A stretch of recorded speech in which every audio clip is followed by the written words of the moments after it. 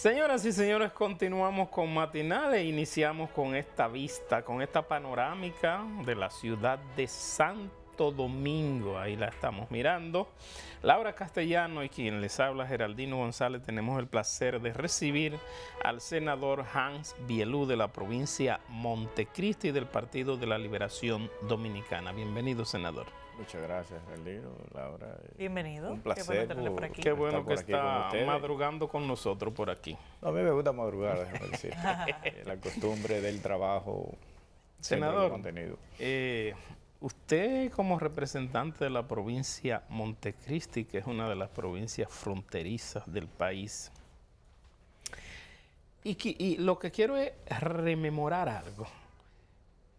En varias ocasiones, y usted debe conocerlo, se ha tratado el tema del famoso puerto de Manzanillo, el desarrollo de una especie de puerto de terminales ahí portuarias a gran escala, porque dicen también que el puerto de Manzanillo es uno de los que tiene mayor profundidad en el país, o el que tiene mayor profundidad.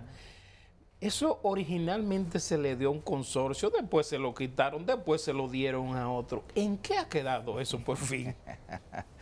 Bueno, eso está en manos del Estado todavía. El último consorcio... lo adjudicó el actual presidente. No lo quitó. No, lo quitó al que estaba. Al que estaba. Exacto. Porque supuestamente no cumplió con algunos de los articulados del famoso contrato de inversión que debieron de hacer. Cuando ellos estaban, se veía una mejoría. Inclusive cuando lo entregaron al Estado, ellos demostraron la buena administración que ellos estuvieron, donde le pagaron al Estado lo que debieran de pagar y sobró dinero en un sentido de que había dinero para devolverle a todos los accionistas que habían invertido. Quiere decir que ellos demostraron que ese puerto puede ser un negocio para cualquier institución, llámese el Estado, que no lo es, y el privado, cualquiera que quiera ir. Ahora, ¿qué pasó? En sí no entendemos por qué lo quitaron. Sí sabemos algo, Geraldino.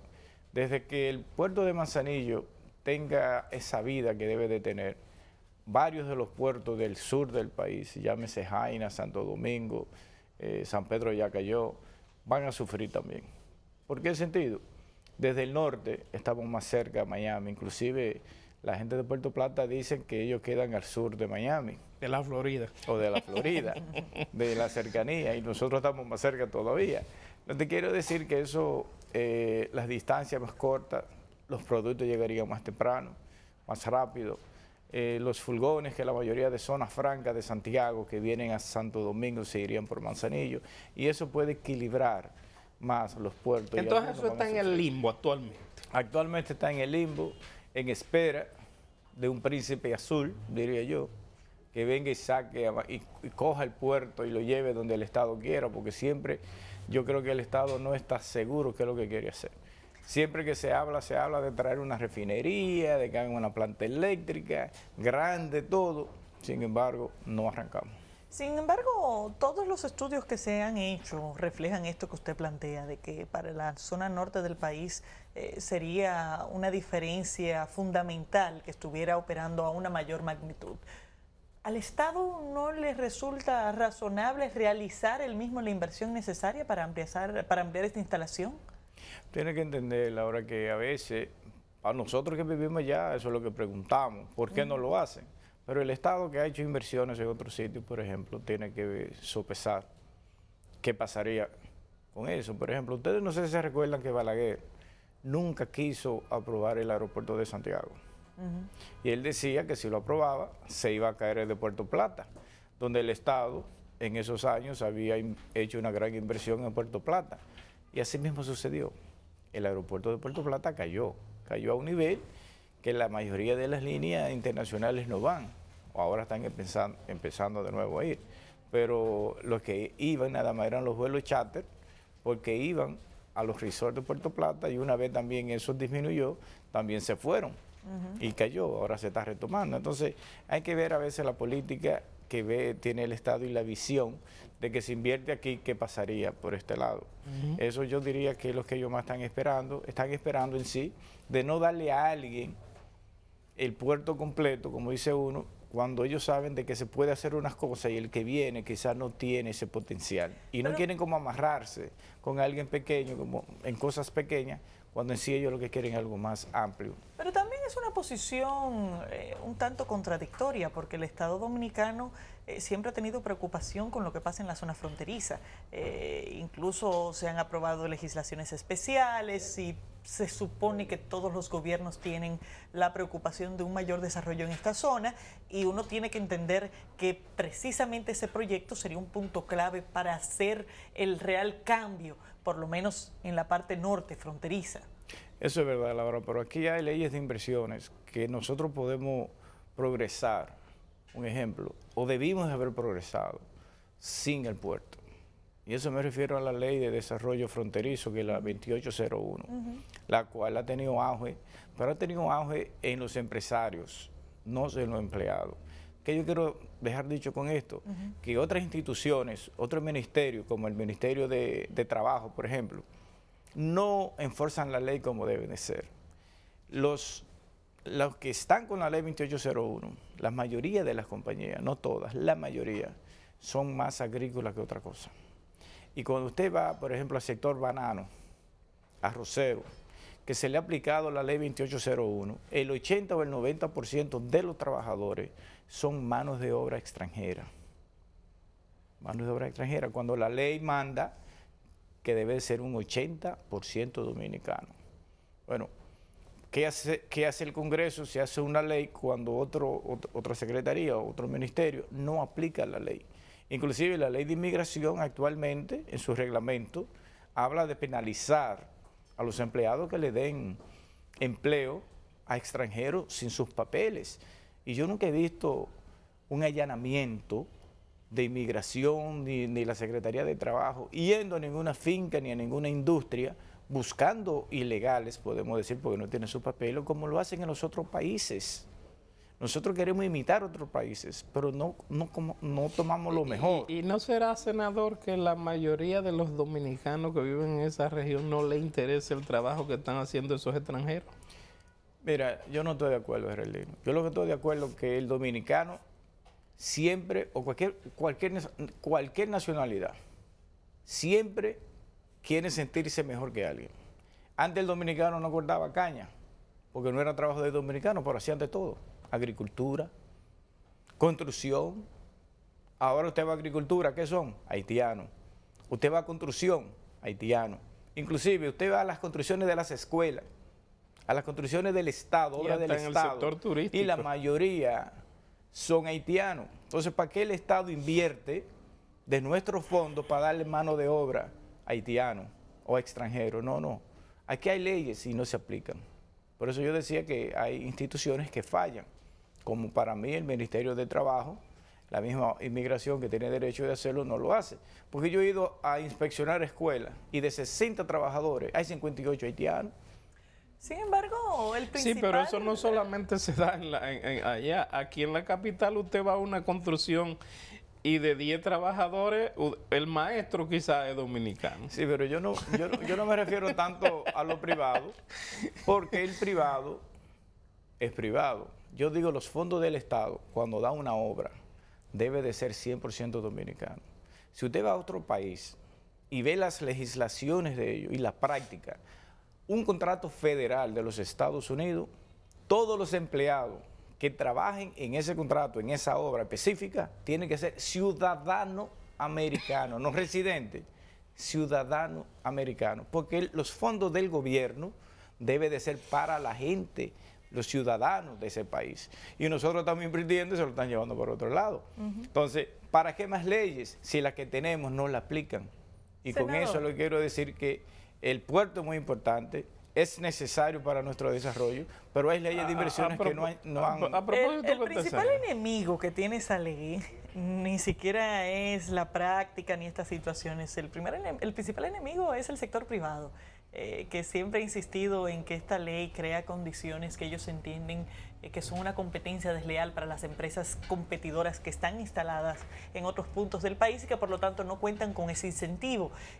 ¿Cree que se va a afectar la ley en este proceso de reforma fiscal a propósito de la amenaza que viene zumbando de que las leyes de incentivo serían las primeras en ser eliminadas? Bueno, nosotros la vamos a defender, Laura, con uña y diente, como decimos, porque la ley no es mala.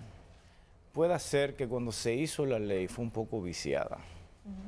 Viciada en un sentido de que no tomaron en cuenta muchas cosas, y se puede todavía corregir. Pero hay que tener en cuenta algo. Todo el mundo quiere construir o quiere estar cerca de donde están los mercados. Y eso hace que la mayoría de las empresas estén cerca de las ciudades. Traer un contenedor de mercancía de Montecristi a la capital está rondando cerca de 35, 40 mil pesos, $800, que a veces sale más caro de Montecristi aquí que de aquí a Panamá o a otro país más lejos. Oye, ¿cómo es? El transporte interno aquí es caro. Entonces, todos los países del mundo, no todos, la gran mayoría, siempre en la frontera hay incentivos especiales para que sus ciudadanos se queden en esa zona, para que sea una forma de muralla, para que no vengan otras sociedades, otros países a entrar al país de uno. Y siempre se trata de que haga especial. Ahora, ¿hay beneficios? Sí ha habido beneficios, pero aquí hay muchas excepciones fiscales a muchas empresas aquí en las ciudades. Aquí hay muchas excepciones fiscales a choferes que lo que usan es más gas que otra cosa. Inclusive hay un trasiego de gasoil por todos los lados donde el gasoil se compra a precio sin impuestos en la calle. ¿De dónde viene eso? Bueno, al subsidio que le dan a muchos transportistas, a algunas empresas que no la necesitan y la venden. Ahora, a eso es que hay, a esa evasión, como digo yo, ahí es que hay que ir antes de tocar algunas leyes que sí son necesarias. La ley de turismo es muy importante, de inversión turística, es muy importante para el país. Ahí yo califico nuestra ley de desarrollo fronterizo, la 2801, que se puede variar. Y si se va a variar, yo espero que se varíe, es para exigir que al que se le dé una exención fiscal, todos los empleados tienen que ser dominicanos. Así es. Primero. Senador,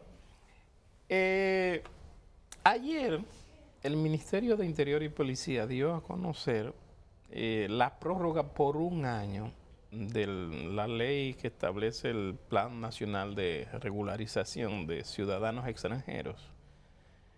Ya se había dado una prórroga anterior. ¿Qué usted opina de eso?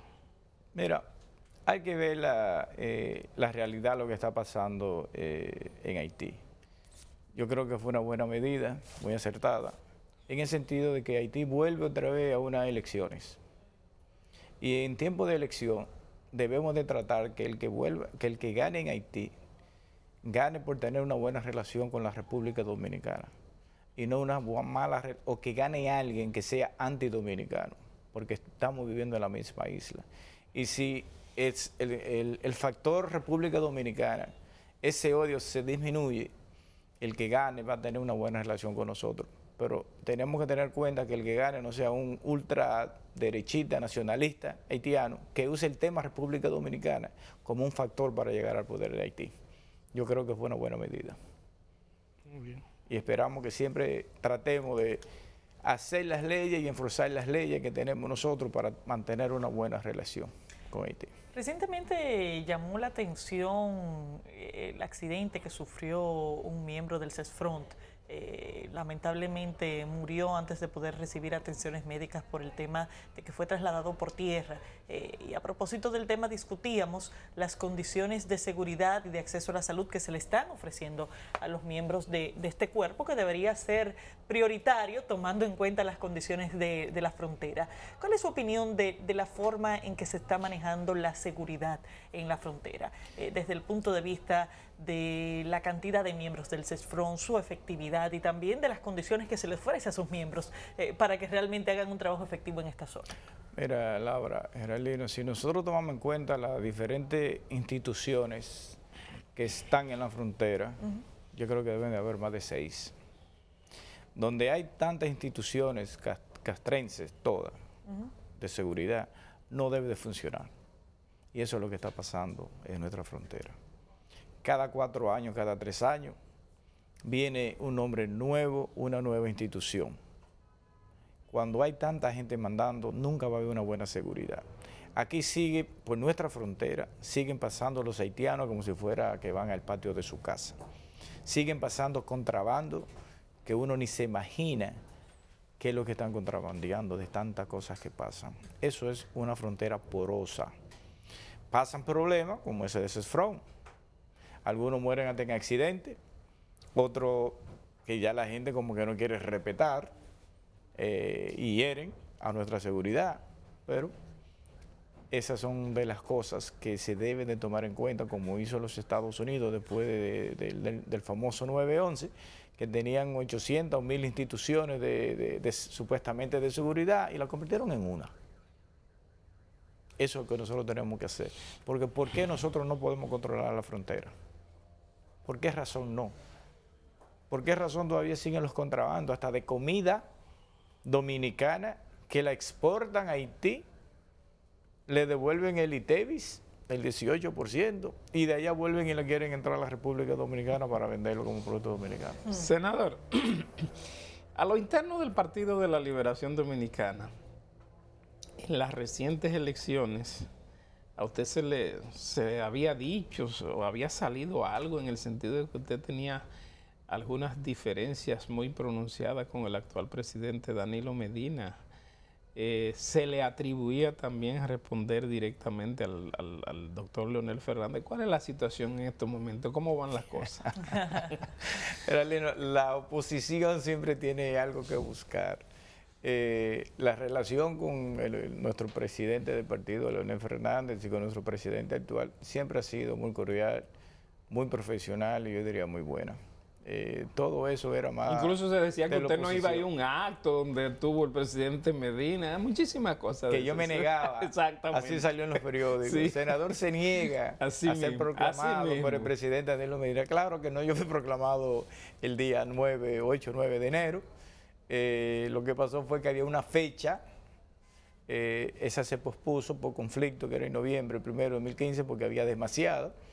Y entre nosotros se habló y se le dio importancia, prioridad, mejor dicho, a otra que era más necesario quizá para el apoyo político. Me dejaron para enero. Después, en enero dijimos que sí, pero ahí empezaron entonces los comentarios, que por qué no fue en noviembre, que otras se hicieron después de noviembre, que no fue la mía, y se le dejó al morbo, como decía, a opinar. Eso se cayó de inmediato desde que ya fue una de las primeras proclamaciones del Año Nuevo. Quiere decir que eso fue más morbo y chisme político de la oposición. Pero ¿cómo está esa discusión a lo interno del partido? La designación de los nuevos presidentes de los hemiciclos en el Congreso trajo nuevamente el tema del leonelismo y del danilismo y qué le correspondía a cada quien. Ahora el tema de la alternabilidad en el futuro. ¿Cómo están esas tendencias a lo interno del partido? Sobre todo pensando hacia el 2019, donde se supone que ya haya una renovación interna del partido, que al final uno se pregunta, bueno, pero las tendencias, ¿cómo quedarán? Mira, Laura, nosotros hacemos la ley, las reglas, y cuando no nos conviene en el futuro queremos cambiar la conveniencia. El partido desde hace mucho, el Comité Central, aprobó que el Comité Político es quien va a dirigir la política congresual. Y son los que van a nombrar las cabezas, normalmente la presidencia. ¿Quién va a dirigir la administración de ambas cámaras? Y siempre se ha llevado así.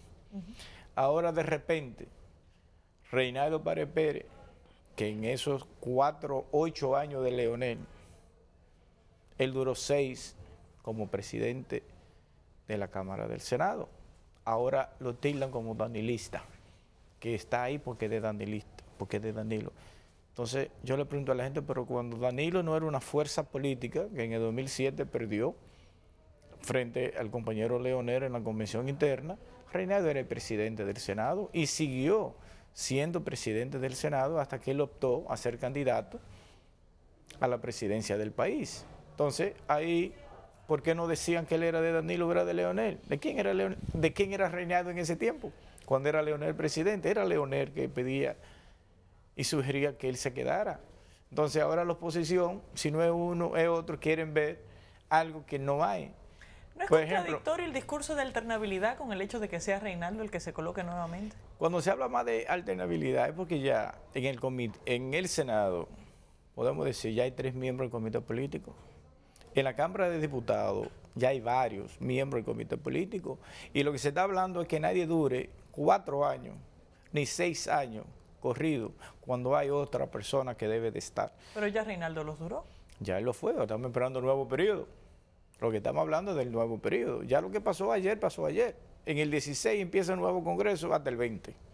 Lo que estamos pidiendo es que Reinaldo, que es el primero, no dure los 4 años, cuando hay más miembros del comité político dentro de nosotros y habemos senadores que tenemos también y queremos ser opción para ser presidente y presidir el Senado. Igualmente en las cámaras de diputados. Yo estoy seguro que los diputados no quieren que la licenciada Medina que esté ahí esté por su periodo congresual del 16 al 20, como estuvo Abel Martínez, desde el 10 al 16, 6 años corridos. Eso es lo que los miembros de los legisladores cuando hablan de alternabilidad. Mira, hablando del leonismo, por ejemplo, y el danilismo, que se habló mucho después de las elecciones, en Montecristi no hubo problema. Allá el PUN no sacó ni 300 votos a ningún nivel, porque allá no hay esa, aunque sí quieren tildar allá internamente de que hay un leonismo, que hay un danilismo, allá no lo hay, allá lo que hay es PLD y así hay la mayoría, diría yo, de las provincias. Lo que hay es diferencias entre algunos compañeros por las posiciones políticas electivas. Parece ser que el bochismo se ha convertido en leonelismo y danilismo. No, el bochismo se ha convertido en PLDista, porque cuando el Juan Bosch se convirtió en el PLD, somos nosotros que debemos de hecho, llevar. el partido adoptó su doctrina bochista. Exacto. Y él se convirtió en el PLD. Pero esto que usted plantea, y estamos cortos de tiempo ya, contradice lo que algunos miembros del comité político han planteado directamente. Han hablado de traiciones, conspiraciones y distintas teorías para justificar que en algunas demarcaciones el PLD perdió. Bueno, hay algo que entender, Laura. Por más bueno que usted sea, llega el tiempo de un desgaste total. El que no supo sobrepasar eso, se quedó tratando. El que no supo armonizar con todos los sectores de una provincia, fracasó en el tratando. El que no supo armonizar dentro de su partido y tener un partido unificado, lo iba a llevar fragmentado. Y eso pasó en muchas provincias. Yo usé el ejemplo de Montecristi, porque todos son testigos de que yo dije una vez que no aspiraba y estábamos apoyando allá a Tito Bejarán. Y sin embargo, cuando el comité político tomaron la decisión de que yo debiera de ir, al principio había mucha resistencia y hubo resistencia, no te lo voy a negar, hasta abril, hasta el mismo mayo, como es natural. Pero se trató, hicimos un buen trabajo. El compañero Tito Bejarán, por ejemplo, yo digo que si yo trabajé un 100%, él trabajó un 120%, más que yo, para tratar de que fuéramos bien unificados y seguimos unificados. Y eso nos demostró a él y a mí que siempre, como yo le he dicho, que decimos que si el PLD unido jamás será vencido. Eso es uno de nuestros lemas. Y en Montecristi, Tito y Jaime unidos, jamás el PLD será vencido. Senador. Porque nosotros hemos trabajado unidos en todas las elecciones y hasta ahora, gracias a Dios y a los compañeros y al partido, y a los dirigentes de nuestro partido, ha salido el PLD victorioso. Y esta vez, por primera vez, nuestro candidato presidencial ganó, que nunca había ganado en nuestra Senador Hans Bieluz Cabrera, gracias por compartir con nosotros en este escenario. Muchísimas gracias. A ustedes, amigos, Laura Castellano y quien les habla, Geraldino González, le agradecemos la sintonía y continúen con la programación de Telemicro Canal 5. Hasta mañana. Muchas gracias. Bueno, gracias.